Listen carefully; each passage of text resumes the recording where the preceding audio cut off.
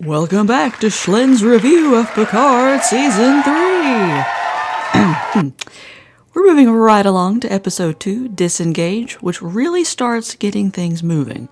This was the first episode of the season to make me cry, and certainly won't be the last. I'd also like to say that I've avoided watching reviews up until now, so my views on things aren't swayed or anything. At the time of recording this, all 10 episodes are out, and like last time, this review will contain spoilers. First off, let's talk about Captain Shaw, because upon rewatching the show again for these reviews, I really like him. And I know that's partly because of Todd Stashwick's portrayal of him. He's becoming one of my favorite new characters, and I really think it has to do with the fact that he feels like he has depth. And yeah, he's got flaws, but he seems to genuinely care about his crew and is a decent guy trying to do what he feels is right, even if we as the audience don't particularly like his decisions. After all, we want Picard and Riker to be able to do what they need to do in order to save the day, and it feels like Shaw is just getting in the way. And while I may not like his decisions, Shaw's right. He's playing it safe for the sake of his crew, and I can't fault him for that. He's got a backbone enough to stand up to Picard and Riker despite who they are, and has principles that he sticks to, even when everything, and perhaps everyone, seems against him. He's doing what any good captain would do, even Picard if he were in Shaw's shoes. Given what happens at the end of the season, I hope there's some way he can be a part of Star Trek Legacy, should that show happen. We finally get to meet one of the big bads in this season, and I'll give Vadic this. She sure is creepy and very convincing as the bad guy. So shout out to Amanda Plummer, who, by the way, I didn't know was Christopher Plummer's daughter. I'll talk more about Vadic in later reviews as her story progresses, but she sure makes her mark as the villain in this episode with her honestly actually really cool looking ship, the Shrike. Everything at this point in the show is still so shrouded in mystery, and I appreciate that Vadic doesn't just lay out all of her plans right at the jump. She wants Jack Crusher, and they've got an hour to give him up. Also, as a side note, the sound they play when they show the Shrike reminds me a ton of when the Reapers are shown in the Mass Effect series.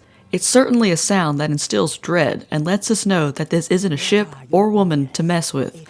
And as the season progresses, Vadic and the Shrike are very real threats. Before I get into more about Picard and Riker and those on the Titan, I'd like to touch on Raffi's storyline for a bit, especially because of who makes an appearance near the end of the episode. I'll be honest, I didn't particularly like Raffi at first, and from what I hear about the previous seasons, that's not exactly shocking news. But like with Shaw, I like her a little more on my second rewatch. I'm still not a huge fan, but she's alright.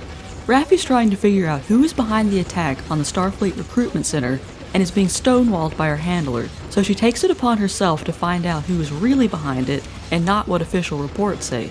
This leads her to a Ferengi named Sneed, and can I just say, I'm glad the Ferengi still look like Ferengi. Ahem. There are two things I'd like to touch on here, and maybe I'm just looking into it too much, but Sneed has some things sitting around that feel like Easter eggs to me. He has a baseball, which makes me think of Captain Sisko, and a gold Ferengi head sitting on a shelf in one of the shots that reminds me of the staff the Grand Nagus carries around. There are a lot of references to Deep Space Nine in this show, so I wouldn't be surprised if that's what we were supposed to get from those little things. And then, of course, I've got to talk about Worf. I was so happy to see him again. And he looks so cool. Upon first watching the episode, I wasn't expecting him to be Raffi's handler, but after going back and watching it for a second time, the messages Raffi receives are totally Worf. Like, that's how he talks. It makes total sense now, and he only gets better as the show progresses. Not that he wasn't awesome to begin with. I found the direction they took his character in to be an interesting one, though I will say, I wasn't expecting to see Sneed get decapitated. And, just a question, but when I noticed, I couldn't unnotice it. The camera shakes all the time. In every shot. It's always moving just a little bit. Why is that a thing too, along with the lighting being so horrible? Once I noticed, it was almost hard to watch, but I digress. Now, on to Picard and Riker. I love getting to see them back in action together. All of that at the beginning of the episode with them trying to stop the Shrike from taking Jack was great. And they might be older, but they've still got it. It was funny to have Picard, Riker, and Shaw on the bridge of the Titan at the same time, and they all answered to Captain. I also like how Riker was hip to who Jack really was from the jump, whether Picard was sure or not, and he just keeps pushing, trying to get Picard to admit it, though Picard won't until he's sure. But before I get to that, the scene where the Titan warps in and disrupts the tractor beam was pretty cool. I'll admit, I cheered. And then later, when the Titan throws Helios, it might have been a little ridiculous, but I liked it. It was cool visually. Also, RIP to all of Beverly's belongings that we saw in the first episode.